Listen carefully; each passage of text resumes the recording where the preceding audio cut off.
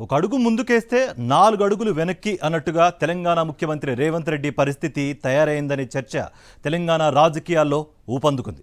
ఆయన ఏం చేసినా కలిసి రావడం లేదని ఆయన అనుచరులు మాట్లాడుకుంటూ ఉంటే ఆయన ఏ నిర్ణయం తీసుకుంటున్నా అది వివాదాలకు దారితీస్తోందని రాజకీయ విశ్లేషకులు అభిప్రాయపడుతున్నారు.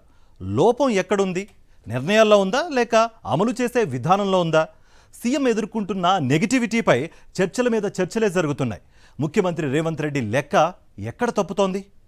తెలంగాణలో కాంగ్రెస్ ప్రభుత్వ పాలన మొదలై 16 నెలలవుతోంది. ఈ సమయంలో మేనిఫెస్టోలో ఇచ్చిన హామీలను అమలు చేయడానికి రేవంత్ సర్కార్ శక్తివంచన లేకుండా నిర్ణయాలు తీసుకుంది.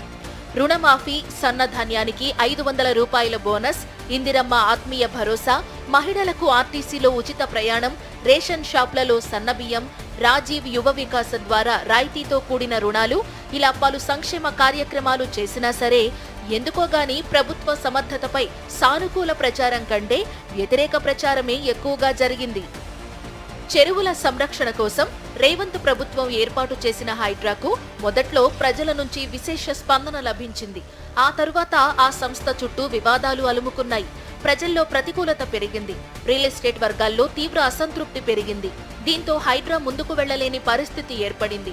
ప్రభుత్వం కూడా వెనకడుగు వేసింది. మూసీ సుందరీకరణ అంటూ చేపట్టిన కార్యక్రమం కూడా మూడ్నాళ్ల ముచ్చటగా మారింది.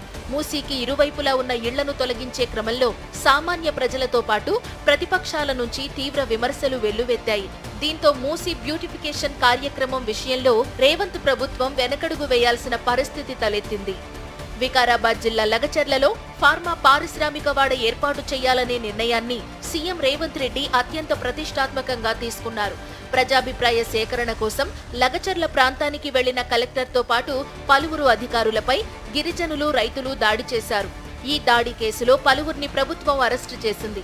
ఈ ఘటనలో రైతులను అరెస్టు చేస్తారా అంటూ సీఎం రేవంత్ పై తీవ్రస్థాయిలో విమర్శలు వచ్చాయి. ఇప్పుడు తాజాగా 400 ఎకరాల కంచగచ్చిబౌలి భూముల అభివృద్ధి పనుల అంశం కూడా సీఎం రేవంత్ రెడ్డి ఇమేజ్ ను డ్యామేజ్ చేసిందనే చెప్పాలి. హైదరాబాద్ కేంద్రీయ విశ్వవిద్యాలయం సమీపంలోని ఈ భూముల విషయంలో ప్రతిపక్షాల కంటే ప్రజా సంఘాలు, విద్యార్థులు, పర్యావరణ ప్రేమికుల నుంచి విమర్శలు వెల్లువెత్తాయి. నిరసన కార్యక్రమాలు భారీగా జరిగాయి. దాంతో ఈ వ్యవహారంపై దేశ సర్వోన్నత న్యాయస్థానం తీవ్రస్థాయిలో స్పందించింది. తమ తదుపరి ఉత్తర్వులు వెలువడే వరకు ఆ భూముల్లో చేపట్టిన అన్ని రకాల పనులను నిలిపివేయాలంటూ తెలంగాణ ప్రభుత్వాన్ని ఆదేశించింది.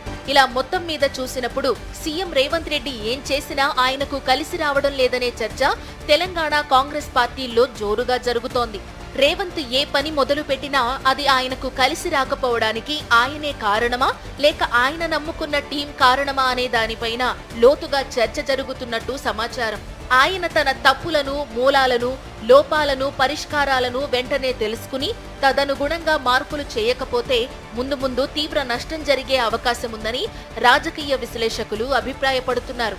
రాజకీయంగా రేవంత్ ప్రభుత్వం తన వాదనను గట్టిగా వినిపించకపోవడం వల్లనే ప్రభుత్వం విమర్శల పాలవుతోందని, ప్రభుత్వ నిఘా వర్గాలు కూడా ఆశించిన స్థాయిలో పనిచేయడం లేదని పేరు చెప్పడానికి అంగీకరించని పార్టీ వర్గాలు అభిప్రాయపడుతున్నాయి.